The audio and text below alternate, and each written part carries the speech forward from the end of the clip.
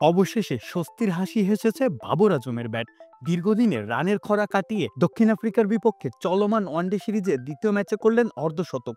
ওয়ানডেতে ৩৩ নম্বর ফিফটির দেখা পেলেন ৩১ আন্তর্জাতিক ইনিংস আর সময়ের হিসাবে ২১৯ দিন পরে। নিউল্যান্ডসে টস হেরে ব্যাট করতে নেমে শুরুতেই আবদুল্লাহ শফিকের উইকেট হারিয়ে বিপাকে পড়ে পাকিস্তান।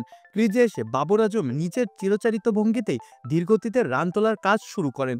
এক প্রান্ত আগলে রাখার দায়িত্ব নিল ব্যাট থেকে ঝড় তুলতে ব্যর্থ হন তিনি। সাইম আইয়ুবের সাথে পাল্লা দিয়ে মাঝে মধ্যে রানের চাকা সচল করার চেষ্টা করলেও দ্বিতীয় উইকেটের পতনের পরে যেন একদম খোলসে ঢুকে যান তিনি। ৪২ বলে ৩৩ রান করা বাবরের ফিফটিতে পৌঁছাতে লেগেছে ৭৩ বল। ফিফটির পরেও হাত খুলতে পারেননি বাবর। রিজন শুরুতে উইকেটে থিতু হতে সময় নিল, পরে রানে বলে এক করার চেষ্টা চালান, কিন্তু বাবরের ব্যাট থেকে পাওয়া যায়নি প্রত্যাশিত উত্তাপ। লেবুর সুঘ্রাণ আরো বেশি, ত্বকের যত্ন আরো বেশি, চলে আরো বেশি। আপনার পকেটে কি বিদেশি না বাংলাদেশি? ক্রিজে যতক্ষণ ছিলেন লড়াইটা চালিয়ে গেছেন, তবে প্রশ্ন হলো কার বিরুদ্ধে লড়লেন তিনি? প্রতিপক্ষের বোলারদের বিরুদ্ধে নাকি নিজের মধ্যকার কোনো দ্বিধার বিরুদ্ধে? ২০২৪ সালের শেষ প্রান্তে এসেও ব্যাটিংটা দেখে যেন মনে হয় ফিরে যাচ্ছি ৯০ দশকের সেই ধীরগতির ক্রিকেটে।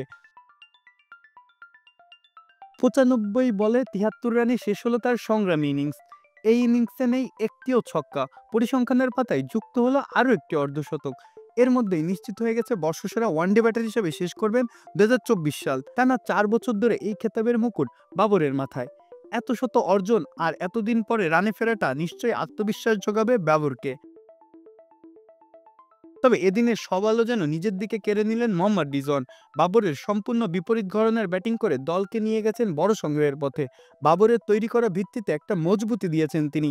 ৫৩ রানে ২ উইকেট হারিয়ে চাপে পড়া পাকিস্তানকে টেনে তোলেন রিজওয়ান। অপর প্রান্ত থেকে বাবর আজমের ডটের চাপ না নিয়ে ঘুরিয়ে গেছেন রানের চাকা। বাবরকে নিয়ে গড়েছেন ১০০ রানের জুটি। ৮২ বলে ৮০ রানে দায়িত্বশীল ইনিংসটাতে ছিল ৭টি বাউন্ডারি আর ৩টি ওভার বাউন্ডারি।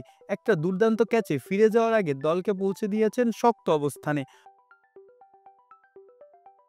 পাকিস্তানের একান্ত আপন বাবর রিজন জুটির এটি ১৬তম আন্তর্জাতিক শতরানের পার্টনারশিপ ছিল। সিরিজের প্রথম ম্যাচ জিতে ১-০ এগিয়ে আছে পাকিস্তান।